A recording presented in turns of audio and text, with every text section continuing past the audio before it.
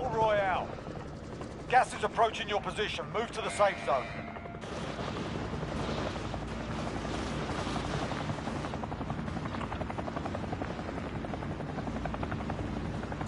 Gear located. Gear located. Gear located. Gear located.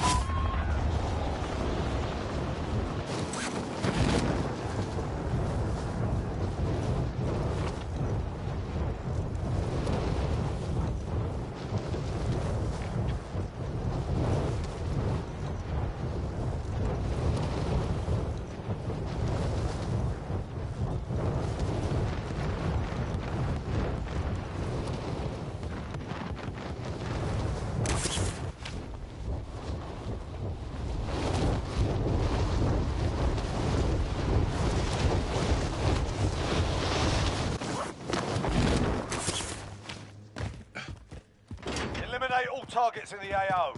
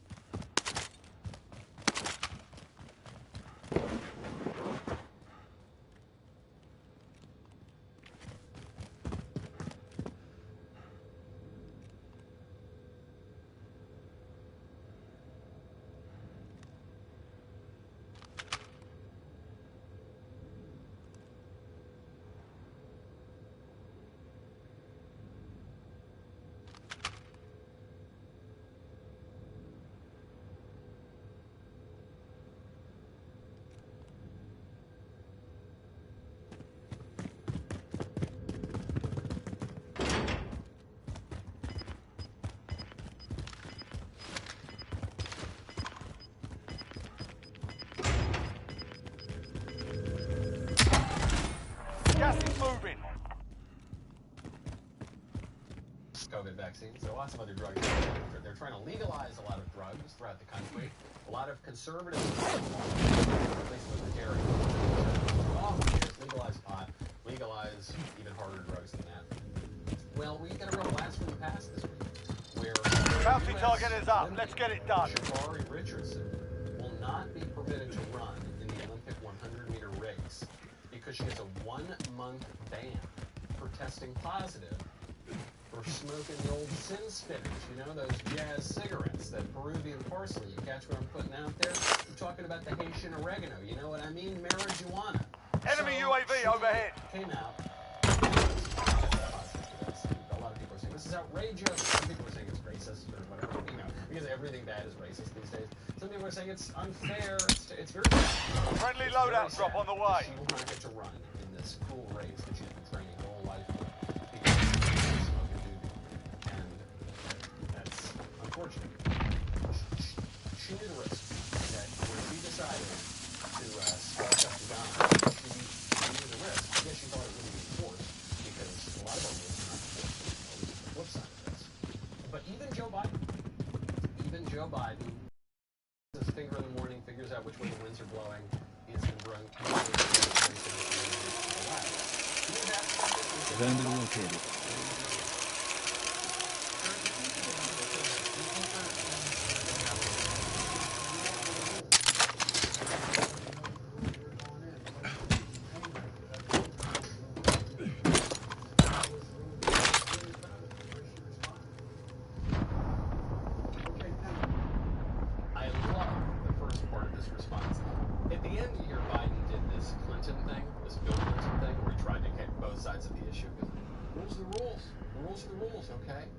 But I was really proud of how she responded. She responded, she was extremely angry and thinks it's unjust. I was really so he's trying to get both sides of it. But I love that first line. Very conservative. This is probably my favorite thing Joe Biden's ever said. Rules are the rules. Sorry, guys. Smoke a little bit of the devil's lettuce. That's what's going to happen to you. This shows you the two sides of it. In politics, little manifestos, little ideologies that can fit on the back of a napkin are really never true. Oh gosh, I just finished reading Ayn Rand.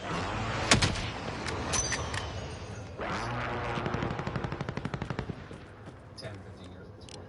And it's just terrible. And it's terrible in part because the ideology is so thin, it's so simple, it's so clear. Shallows are clear, okay? So I want to make sure that, well, obviously we want to resist the tyranny of Biden's thugs going door-to-door jabbing people with an experimental drug that in many cases is not going to improve their health outcomes. At the same time, we need to recognize that the government could use a heavier hand in other places. The government has become very permissive. Those rioters, the BLM rioters, they all, not all of them, but most of them got off the hook. Time's up. Objective failed. That's where we need more big government. That's where we need a heavier hand of government. The people who stormed the Capitol and stole Nancy Pelosi's lectern in January, those guys are going to rot in prison, right? So I see Richardson is thinking is, okay, there's just uneven enforcement of this law. I'm going to take my chance. No, you need to enforce the rules if you're going to have a society of law, not of men. Now, Biden, good job on this. I actually really like that. I never say anything nice about Biden, but I actually like it. Otherwise, Biden is not instilling a ton of trust. Joe Biden was asked a question about Russia. He couldn't give a straight answer because he doesn't know what's going on because his brain is soup at this point. So he pulled out some notes to read what they told him. With the most recent We've got a loadout drop inbound. would you say that this means We're not sure it's Erasmus. I got a brief and I'll be in better shape to talk to you about it. Gas is closing in. Relocating the safe zone.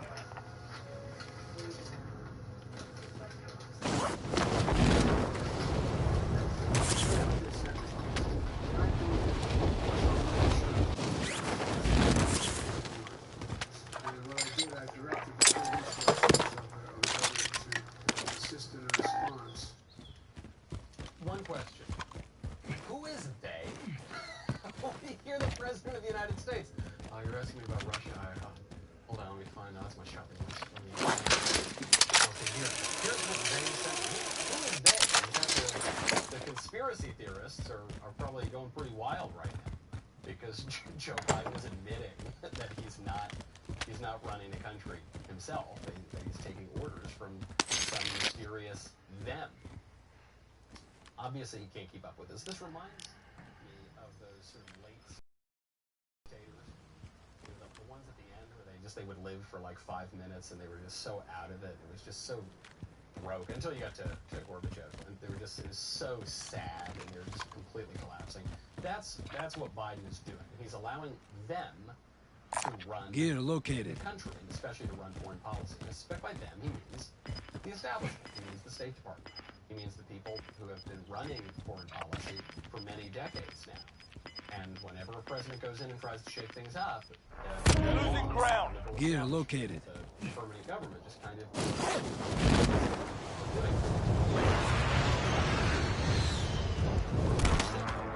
Biden administration, or somehow, incredibly, even worse than he is.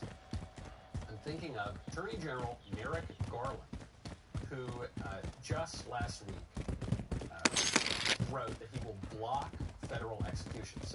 federal executions had been stopped. Obama did not engage in federal executions. Trump comes in, kicks off federal executions again. So people who have been convicted, who have been sentenced to death, they just were languishing on death row. Trump said, no, we're going to start killing them again. And these are the most heinous crimes you can possibly imagine. And then the Attorney General, Merrick Garland, under Biden, comes in and says, no, we're not going to do that anymore. And that's not surprising. The libs don't want rapists and serial killers and child rapists. Bounty target identified. Slot the bastard. Moving here. Punish them. So, okay, we can expect that. What's interesting here is the reasoning that Merrick Garland gave. In Garland's memo to the DOJ, he said that the application of the death penalty had exhibited arbitrariness in its application, kind of weak sauce, normal boilerplate stuff, and disparate impact on people of color. That's the problem, is too many of the people who are committing these capital offenses, who are then sentenced to death, are black people. In other words, not enough people who are committing capital offenses and being sentenced to death are white people. So the argument is not totally about justice here. It's not even Enemy UAV overhead. About the immorality of the death penalty and how it's intrinsically evil or unjust, because it's not, because it's impossible to make that argument. Instead, the argument is not enough white people are trying. And so, because not enough white people are trying, we've got to suspend the death penalty to fight it. Kind of a perverse logic. When you look at how racial politics makes people speak, is when you come to the conclusion that there can be no group differences in outcome, in behavior, in any sort of aspect of life based on, in this case, race, but the other factors would be considered as well, that any change whatsoever, any difference whatsoever has to be the result of some systemic injustice, why then you've got to change the system. And you're seeing this now in Oregon. This is probably the most preposterous version of this. Oregon is considering whether or not to drop the bar exam as a requirement for lawyers. So, the bar exam is you go to law school, you take your tests, then you take the bar. And the bar is what decides whether or not you get to be a lawyer. Well, there's a problem, according to a task force of the Oregon Board of Bar Examiners. And the problem is this, that not enough non-white people are passing. That white people are passing at relatively high rates, I think it's in the 80s. And then Hispanics, it's in the 70%. And then for black people, it's in the 60s. And because of that, we need to get rid of the bar exam. Not, we need to figure out how to make Hispanic and black people do better on the bar. No. Got gas inbound. Safe zone relocated. Bring people up and recognize the standard of excellence and recognize that there is an objective standard to which we've all got to adhere. No. We've got to bring everybody down. We've got to have a legal system. Contract time expired. We lost the target. A basic competency exam of the bar. This is Harrison Bergeron. I mean, I mentioned this story by Kurt Vonnegut a while ago. Relocating. In this future that's gone mad with equity and egalitarianism and all these modern ideologies, you're going to have a society of people who have intentionally been handicapped so no one can excel anyone else. This is an area where I think we need a heavier hand from government. Okay, we need the government to actually, in this case, I suppose, even the legal institutions associated with the government. You need a bar exam. You need a requirement for a bar exam. And you can't give people bonus points on their bar just because their skin is a little darker than you otherwise would give them credit for. You take a swap and you say, okay, well, because gas is moving. No, that is not going to lead to a flourishing society. It's not good for the people that you think that you're helping. It's not good for the people that you think that you're hurting, obviously. And it's not good for society that a bunch of incompetent lawyers. Reminds me of that line. What's that line from Henry VI, I think, from Shakespeare and stuff? One of the most famous lines from the Bard. You know, speaking of lawyers, Ben Shapiro today is going to be talking about how to create an emergency to grab power, specifically talking about what's going on in New York with Andrew also, you know, the freedom that we experience here in America, it is, at least historically, unparalleled. Many Americans don't realize just how much of that freedom was paid for in blood by heroes that faded into history without the recognition they deserve, which is why, in honor of the week of America's independence, the Daily Wire is celebrating these men with our newest podcast, America's Forgotten Heroes, which boasts 7 episodes detailing the lives of 7 Got an legends enemy! who risked it all for America. Subscribe now to America's Forgotten Heroes on Apple Podcasts, Spotify, or anywhere you might listen, because the last episode is out today, Wednesday, July 7th, for a total of 7 episodes. Because too many people never receive the recognition they deserve, and sharing their stories with you is a small tribute to their heroism. If you like what you hear, leave a 5-star review. Help share these incredible stories. Thank you for listening. Thank you to the heroes that made such a tremendous podcast possible. We'll be right back.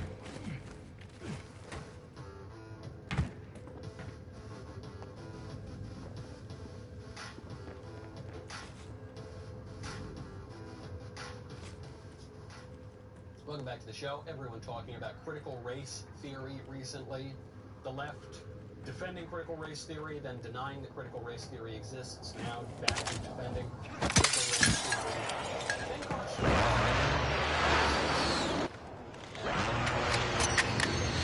A very solid definition. Everyone's asking, what is it? Define critical race. I think he gives a very solid definition and why it's so terrible for our society.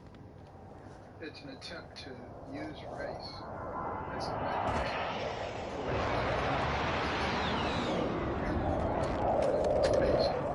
and how it impacts everybody. And wants our people to believe that your race is the most critical determinant of who you are and what happens to you in our society. You're being tracked by an enemy team. Stay sharp.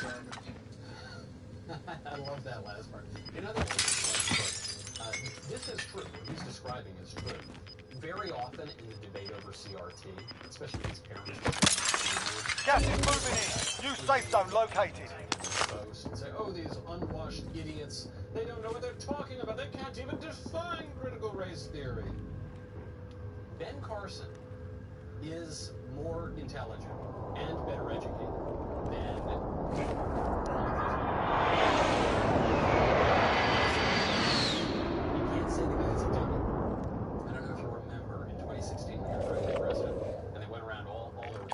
Gear located. We're proudest of, Senator so-and-so says, I'm proudest of having passed this bill. And Governor so-and-so says, I'm proudest of having passed this executive order. I'm proudest of, separating conjoined twins at the head for the first time. Get up. Good shot. And so one thing that Ben Carson does very well is it's very complex. Critical race theory. Not that it's the greatest academic field. It's not. It's an analytical. You're in the gulag now. Fight to earn redeployment. Ideological tool. Listen up, soldier. Win here and you return to the front line. But if you lose, you're done. Time to earn your freedom, soldier. Project says once to reframe American history, to put slavery at the center of it, to put race at the center of it. We're going back to the front line. Earned it.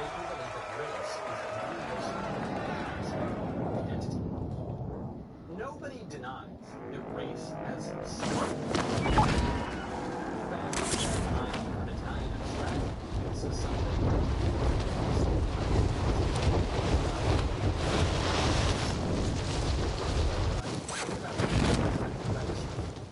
but it's not at the top. There are more important things. Traditionally in America, we have believed that our unity as Americans, Donald Trump says we all believe the same blood of patriots. That is more important. We believe traditionally in America, our religion is more important. I certainly we believe that our bonds of community, the local level, more important. We believe that our civic associations, often more important. And what critical race theory says is no, that's all bunk. Race is the determining factor. And so recognize that America is just permanently stuck in this racial absolutely.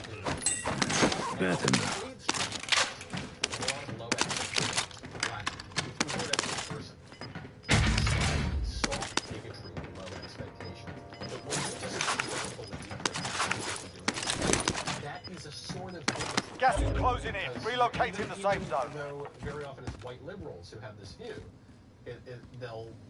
they are expressing a kind of bigotry because they are viewing black people as less than human.